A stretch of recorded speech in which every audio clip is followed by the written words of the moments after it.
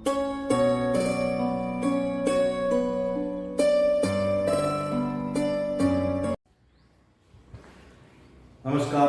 विद्यार्थियों,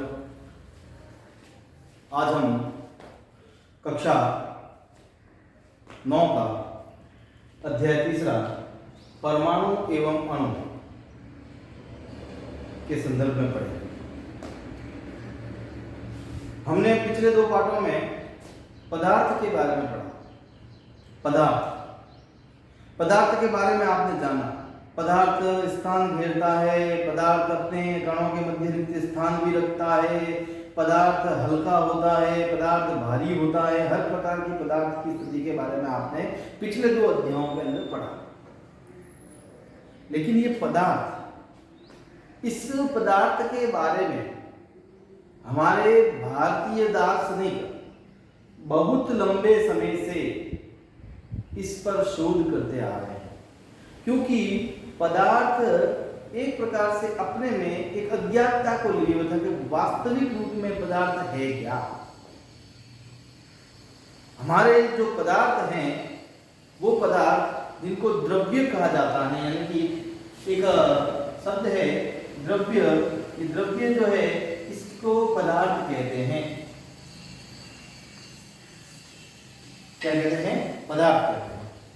अब वो पदार्थ हमारे जो भारतीय दार्शनिक थे महर्षि कणाद, उस पदार्थ के संदर्भ में वो व्याख्या प्रस्तुत करे थे कि एक ऐसी स्थिति जिसमें किसी द्रव्य को या किसी पदार्थ को अगर हम छोटे छोटे टुकड़ों में काटें, तो टुकड़ों में काटने के पश्चात एक स्थिति ऐसी आएगी जब हम अंतिम कण को उसको टुकड़ों में विभाजित नहीं कर पाएंगे। वो पदार्थ की सबसे छोटी इकाई है और उस इकाई को उन्होंने परमाणु कहा था, जो हम यहाँ पर पढ़ने वाले हैं। उसको उन्होंने परमाणु की संज्ञा दी।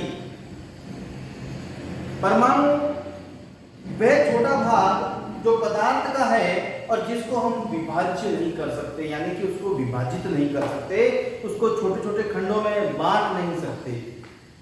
एक अन्य भारतीय दार्शनिक जिनका नाम है पकुदा कात्यायन, उन भारतीय दार्शनिकों ने पदार्थ के बारे में यही बात बताई कि पदार्थ परमाणुओं के छोटे छोटे स्वरूपों का एक संयुक्त मिश्रण है।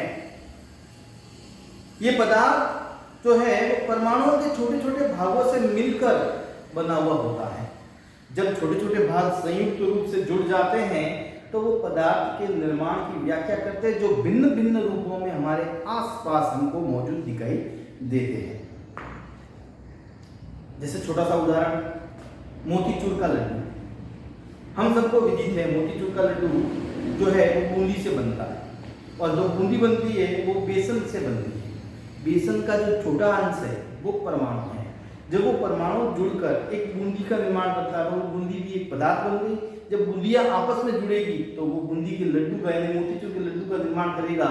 तो मोतीचूर के लड्डू के लिए परमाणु बूंदी हो गई, और बूंदी के लिए वो छोटा सा अंश हो गया बेसन का, जो उस बूंदी को तैयार करने के लिए काम में लिया गया है। पकुदा कात्यायन ने उसी को परमाणु कहा, जो अंतिम भाग है और जिसके संयुक्त रूप से हमारे आसपास में हमको द्रव्यता की चीजें दिखाई देती है।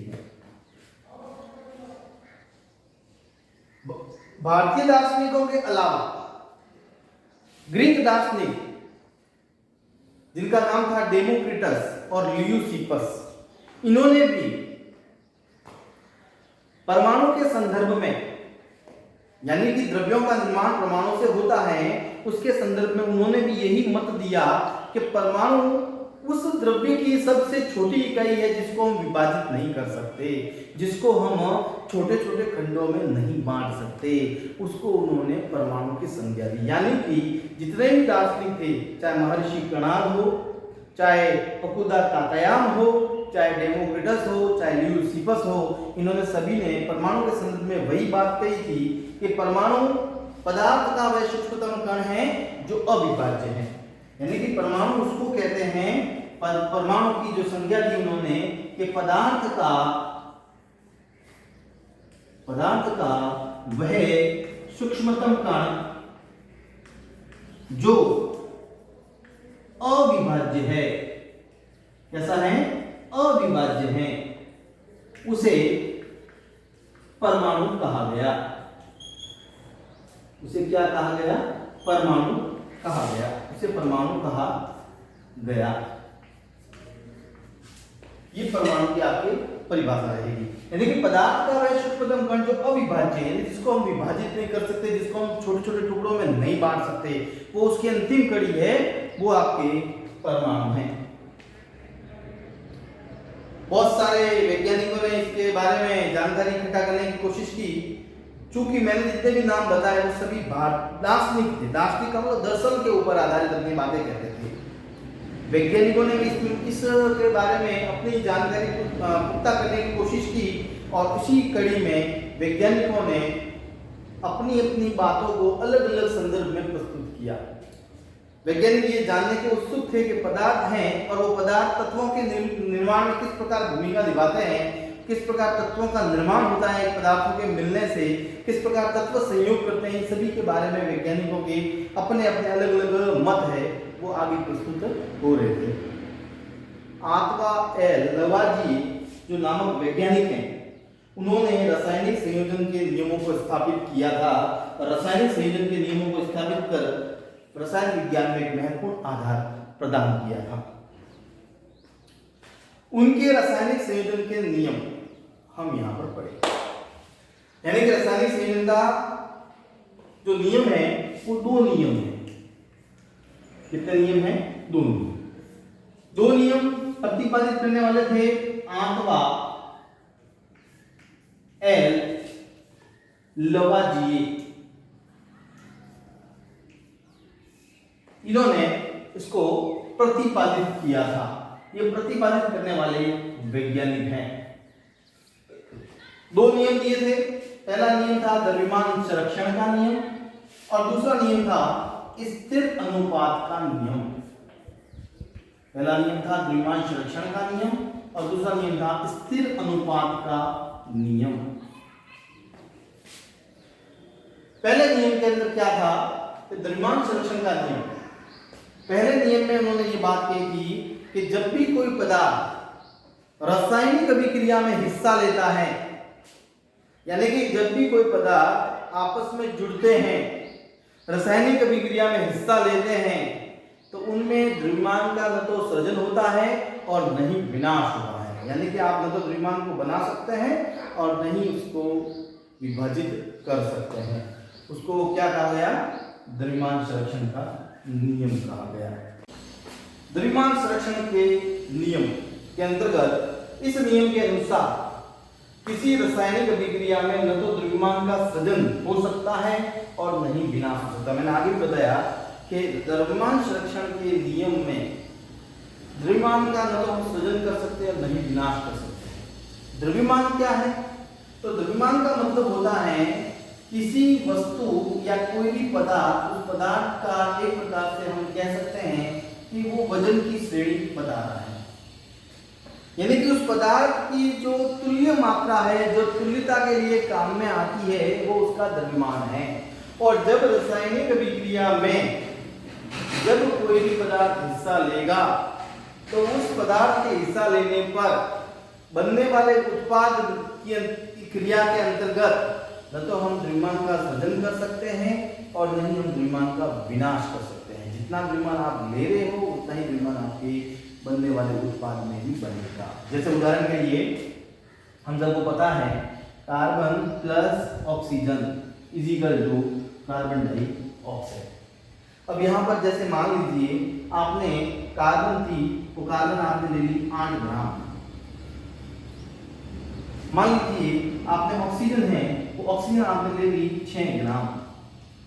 तो जो बनने वाला भाग है वो बनने वाला भाग कितना बनेगा? 14 ग्राम बनना चाहिए। यानी कि 8 ग्राम कार्बन है, 6 ग्राम ऑक्सीजन। ऑक्सीजन भी 2 अणुओं में संयोजित है। तो इसका मतलब यह नहीं है कि ऑक्सीजन एक अणु में संयोजित हो जाए। अगर यहाँ संयोजित हो जाएगी एक अणु में तो किसी न किसी अन्य रूप में वह उस पदार्थ के साथ में जुड़ी हुई मौजूद रहेगी। तो जितना आपने रासायनिक अभिक्रिया में द्रव्यमान का हिस्सा लिया है उतना का उतना उत्पाद में भी वो हिस्सा बनेगा। उत्पाद में हिस्सा इसलिए बन रहा है क्योंकि कार्बन डाइऑक्साइड जो है वो कार्बन और ऑक्सीजन का एक समूहीकृत रूप है। इन दोनों को जब जोड़ेंगे तो 14 ग्राम का मान आएगा और इन दोनों को जोड़ेंगे तब भी 14 ग्राम का मान आएगा। यानी कि द्रव्यमान संरक्षण के नियम के अनुकूल है। दूसरी स्थिति में हम ये भी कह सकते हैं कि जैसे ये कार्बन है, इस कार्बन का एक अणु जुड़ रहा है, ये ऑक्सीजन है, ऑक्सीजन के दो अणु जुड़ रहे हैं, और ये जब ये दोनों अपने पदार्थ का निर्माण करेंगे, अपने यौगिक का निर्माण करेंगे, तब दोनों ही स्थितियों में भी कार्बन एक और ऑक्सीजन है वो आपके दो अणुओं के रूप में इसमें समाहित हो रही है। यानी कि कहने का मतलब यह है कि कार्बन न तो यहाँ 2 हुआ, न ऑक्सीजन यहाँ पर 4 हुआ। दोनों ही परिस्थितियों में हमें जो द्रव्यमान है वो द्रव्यमान न तो सृजित किया गया, न ही उसको विनाशित किया गया, जैसा था वैसा का वैसा उत्पाद के रूप में भी वैसा ही दिखाई देता है। अतः हम इस नियम के अनुसार ये कह सकते हैं कि किसी रासायनिक अभिक्रिया में न तो द्रव्यमान का सृजन हो सकता है और न ही उसका क्या हो सकता है, विनाश हो सकता है। दूसरा नियम था रासायनिक संयोजन का, यानी कि रासायनिकता को संयोजित करने के लिए दूसरा नियम भी आंकड़ा या लवाजी ने प्रतिपादित किया था। उस नियम का नाम था स्थिर अनुपात के नियम में किसी भी यौगिक में तत्व सदैव एक निश्चित द्रव्यमानों के अनुपात में विद्यमान होते हैं। लवाची और अन्य जो वैज्ञानिक थे उन्होंने परमाणु के संदर्भ में जब अपनी व्याख्या प्रस्तुत की तब उन्होंने इस बात पर भी अपना जोर दिया था कि जब दो तत्व आपस में संयोग करेंगे तो यौगिक का निर्माण होगा। आप पिछले अध्याय में ये पढ़ चुके हैं कि जब आप दो तत्वों को आपस में संयोगित करेंगे, जोड़ेंगे, तब आपको यौगिक मिलेगा। और जब ये तत्व आपस में जुड़ते हैं और यौगिक का निर्माण होता है तो निर्माण होने की स्थिति में सदैव जो तत्व है वो तत्व एक निश्चित द्रव्यमान के अनुपात में ही विद्यमान होते हैं, उसमें किसी प्रकार का फेरबदल नहीं है। जैसे उदाहरण के लिए अमोनिया,